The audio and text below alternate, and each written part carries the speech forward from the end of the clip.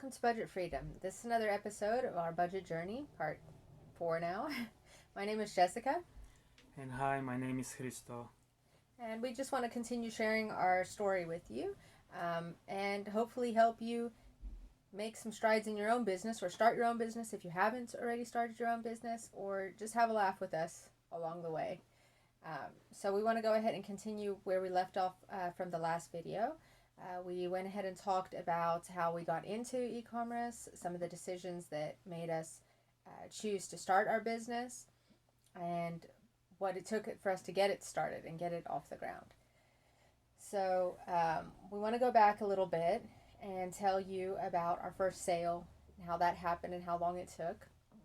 So after we got our products, we chose our products that we were going to test basically under our new brand, and we listed them and advertised them a little bit. A little bit, I mean very little. We just put on, Amazon and eBay advertising with, I think we put $1 a day, something like that. Yeah. And we got our first sale within 3 weeks and 2 days, and that was really exciting. It was one hat to a European country. I won't go ahead and say which. Well, it's to Ireland. I guess that doesn't really matter. And it was really exciting that day. How did you feel when we got our first sale? Yeah, I remember that day when we got the first order. I remember I actually got so excited. I was like, "Well, what do we do? What do we do? I don't know. How do we send it? Where do we go?" Like you didn't know how to go to the post office. Yes. We use a courier company now, but when we started with the post office, which I don't recommend now. Now things have moved along way too fast. It's just not possible. Back then, you could still win A to Z claims and you could use tracking and things were more reliable. But now you really do have to just go with the courier from day one with signed, with signature and tracking, domestically or internationally. It's just, there's too many scammers out there, unfortunately. And sometimes not scammers, but either a parcel gets lost and you can have it redirected if you have the tracking. Or, you can resend the item to the client, the customer, and know that, it was something else that happened and not some bad intentions on the part of the customer or someone else. So I would definitely recommend no other option except tracked and signed with all your deliveries. But yeah, so we weren't even ready. We didn't even have boxes or packaging, nothing. So we just grabbed the hat and went out the house to the local, to the town, and we went to a stationery shop. And of course, it was our first order, so I was like, let's buy this expensive tissue paper and make it look really pretty and put it in a box. And we did a good job because the guy was so happy that he came back a week later and bought 2 more hats. So he had bought 3 in total. So you see, caring and packaging and attention to detail can get you a return customer. And that was really exciting for us. Yes. Especially the return orders. That was really an uplifting moment for us because we knew, okay, we chose a good product. They're happy with the quality. They're happy with us, and there was possibility, And then after that, yeah, it started ticking along, slowly but surely.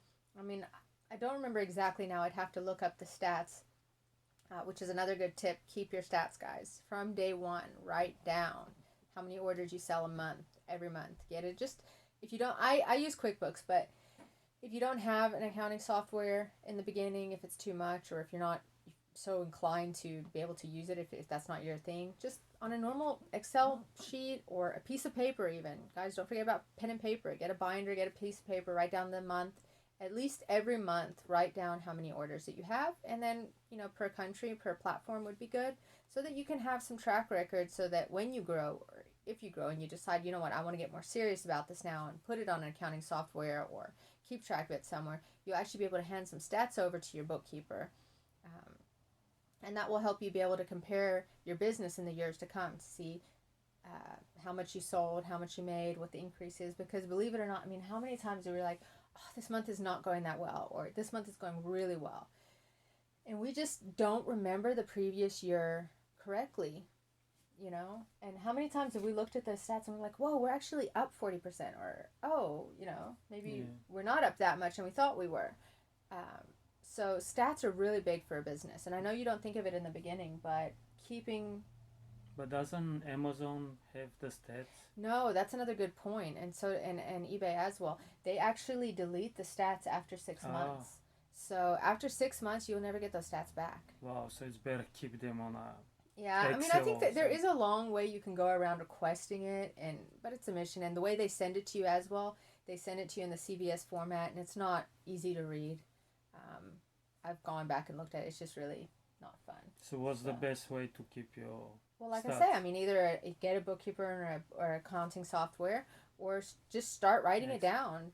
Excel, paper, anywhere, just anywhere you can write it down. At least how many sales you made a month and how much per platform or in per country if you're selling in different countries. Because that you'll want to know: am I doing better in Germany this year than I did last year, Yeah. or you know, what is my best market? Obviously, the first year that you sell, you're not going to know where your products really sell. Yeah. I mean, we started off only selling to the UK, Yes.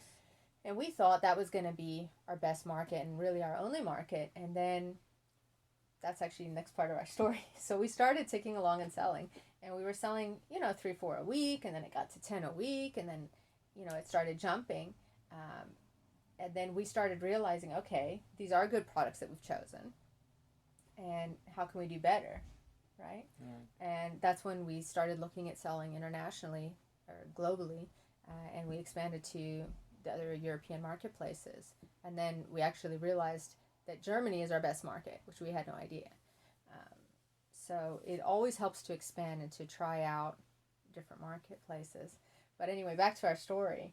So after we started selling those first few items, man, do you remember we would get 10 orders and it would take us, I don't know, 4 hours to package them? It was horrible because we had, first of all, no packaging material ready. Okay, we had our products on the shelf at least, but we didn't have our packaging system down right. We didn't know how we were going to package things. We were like pretty much gift wrapping them. And even though that's good, it's not practical in the long run. No, no, it's not. And yes, we were just taking so much time to check each head. I mean, for faults and any, but I mean, like thoroughly, like Yeah. it. A lot of love. I would take literally 20 minutes just to check one head.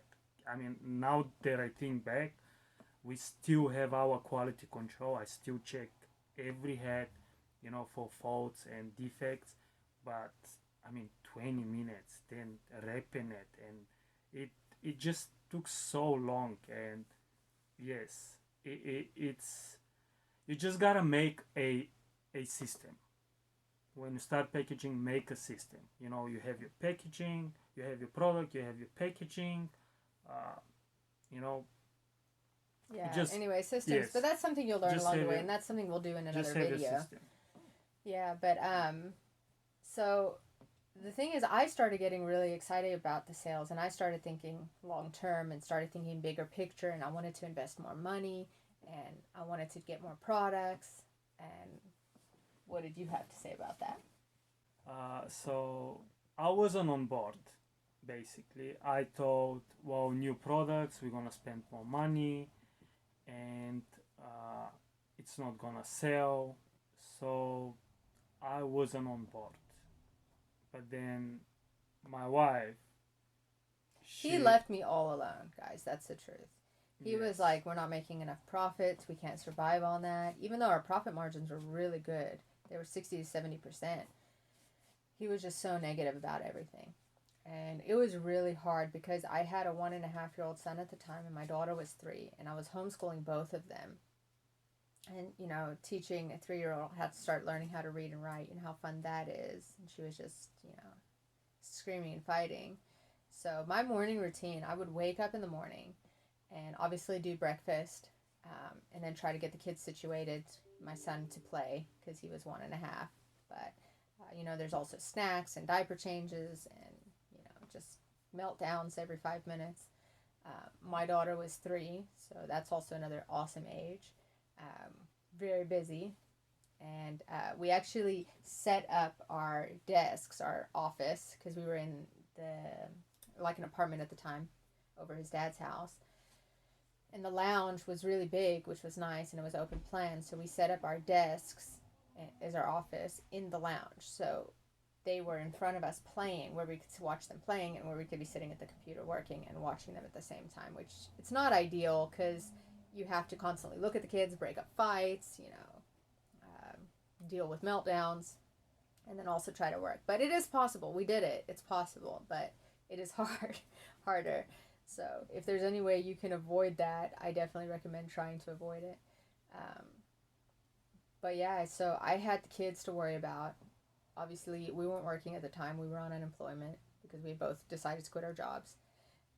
We had some savings and the unemployment, but it was going out fast, especially investing in the business. And yeah, he was just so unsupportive. Did not. He was really in a. I think you were really in a bad place though. Well, yes, we quit.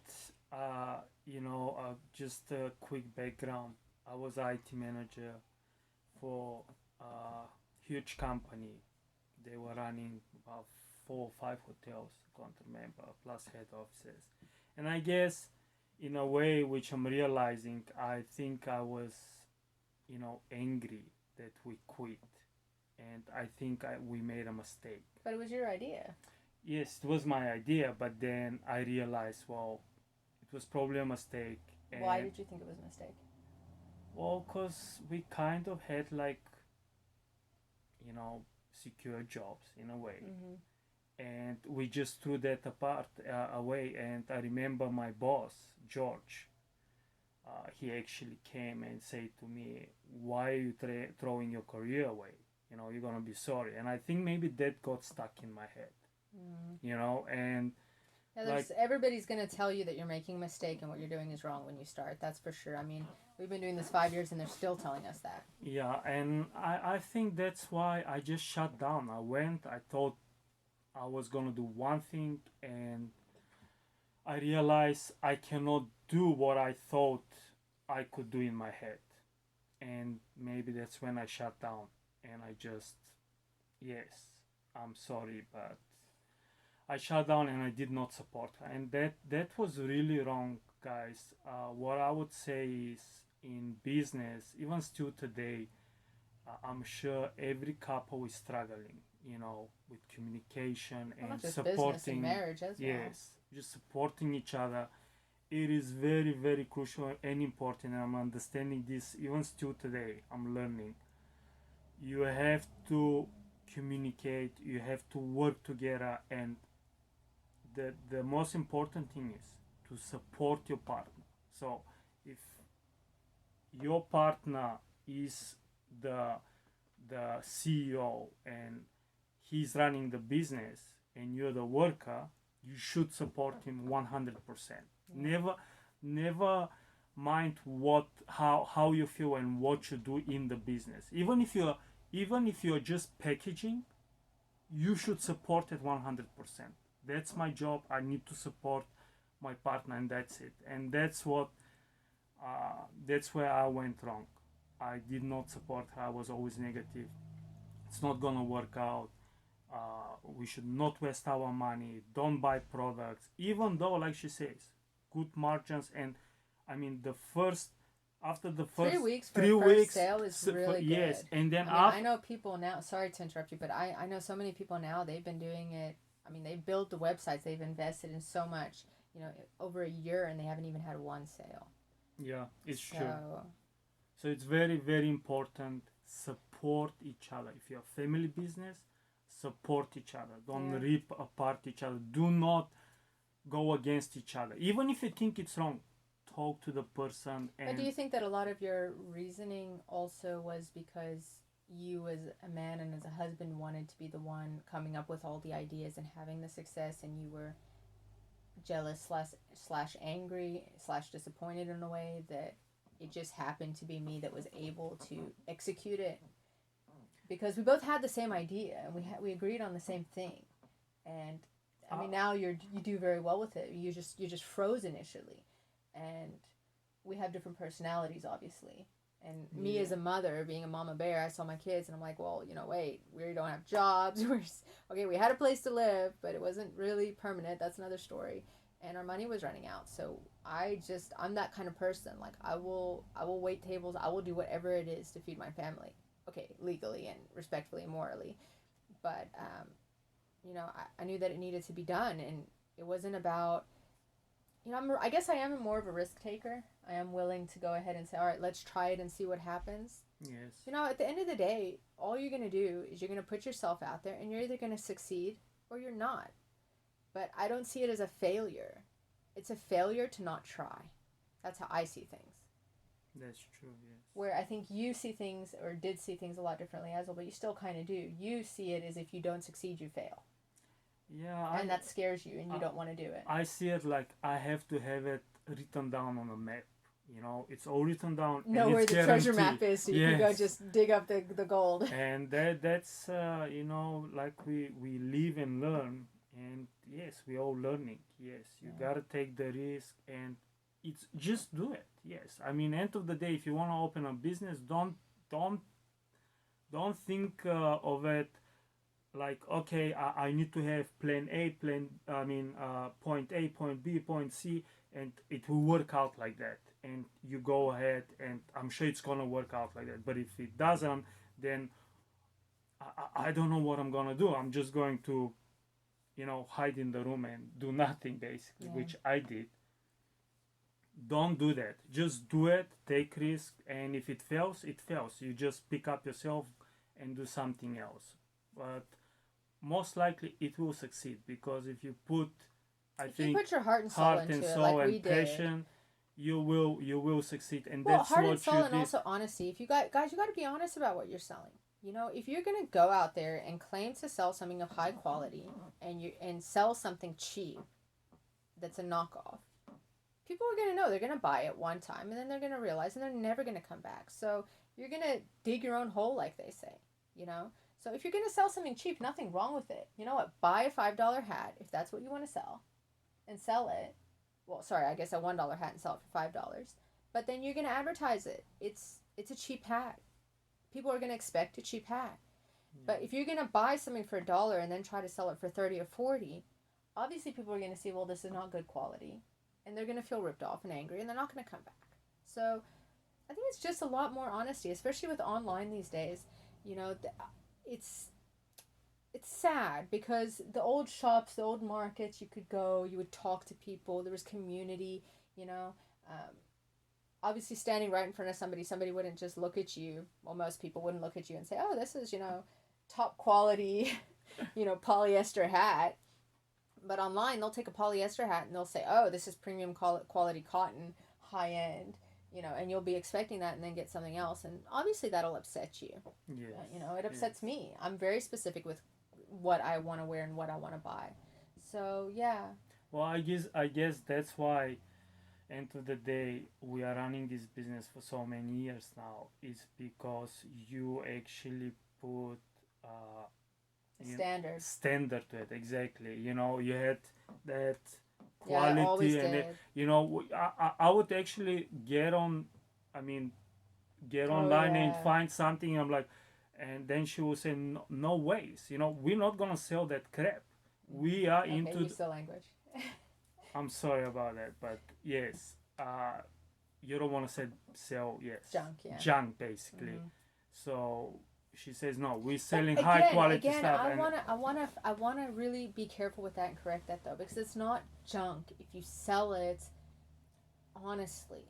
Well, if you sell it, because sometimes, let's say you're going to a sporting event for one day, and you want a cheap hat for one day. You just don't want to pay more than $5, or you're buying it for 20 people. That's perfectly logical.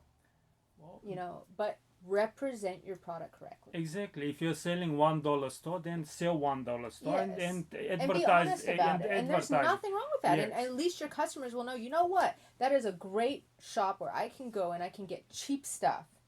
And that's what they're going to go there for. They're going to go there for cheap stuff, not for quality stuff. Exactly. And there's nothing wrong with that. There's a lot of people doing very well off of that. Of course, there's nothing wrong. I'm saying I understand what you were saying. We had our I was just talking standard about is don't yes, misrepresent what you're selling, yes, because yes, a lot of people do that and then they cry and they wonder why, are they getting bad feedback, and why is their business not doing well, and why can't they expand. It's because you're selling a lie. You're selling a yeah, misrepresented product, and that's not exactly. good. So just whatever you sell, make sure you You're just honest about honest it. about it. Yeah. That's it. And Yeah. you will. That's what I'm saying. You will most likely succeed Yeah. when you are honest and have passion and take care of your business. That's it. Yeah. So Well, and succeeding is also, it's in a lot of steps. Don't set your expectations unrealistically from the beginning. Unfortunately, there are a lot of people out there selling these courses. Oh, yeah, you can make 6 figures on Amazon in 6 months. Within 3 months, you'll be able to quit your job. In 6 months, you're going to be on your way to $1 million. It is possible. There's a lot of people that do it, but nowadays, it takes a really unique new product that becomes a fad for that to happen. yes, I mean, if you have competition, it is very, very hard for that to happen. The only way, well, I wouldn't say the only way, but the most likely way of making that happen is by using unscrupulous methods most of the time. Meaning getting paid for reviews, buying your own products. Um, you know, which I don't want to say too we many don't bad things. recommend that. No, not at all. No. So there are ways to get it done, but the thing is, even if you do it, guys, we know, you know what, you're going to get a little bump, and then you're going to plummet. So it's just not even going to help you in the long run. Yes. It's like they say, the turtle runs the race, slow and steady. Mm-hmm. Not that you want to be slow, but you want to be steady, and you don't want to be impatient. Exactly. As long as you're building and you're growing, even if you're growing by 2%, you are growing. It's no use being the rabbit speeding to 100,000 and then dropping to 20,000 a month, because when you do that kind of a movement, first of all, it sets off all the algorithms, all the alerts, but also, what do you have to do to sustain that kind of growth? You have to get employees, you have to invest in a lot of stock and all of that, and then when your sales drop and you can't sustain that, you have to lay off people, you make losses. So it's just a really uncomfortable business situation to be in as well. You rather grow strong and steady. Build your business like a house, brick by brick. Yeah. That's it. Slowly. With good quality. You wouldn't build. Surely. Well, hopefully you wouldn't build your house with bricks that are, I don't know, they're gonna fall apart. Or maybe just from straw, and then the wolf comes and blows it away. Exactly. So yes, build your house, business brick by brick. That's it. Yeah. So guys, thanks for watching. I think that's a good place to stop this video. We'll go ahead and continue our journey in the next video, part 5. Please go ahead and subscribe and like our channel, and come back and listen to the rest of our story. Share your comments below. Please also turn on the bell notification. When you turn on that little bell notification next to the subscribe me button, you will get a notification when our next video comes out, which we are now going to be releasing on Tuesdays and Thursdays. So every Tuesday and Thursday we will release a new video, and in time, hopefully more. But for now, that is all we're going to commit to, and we hope to see you again soon. Subscribe, please like. Thank you guys. Ciao. Bye.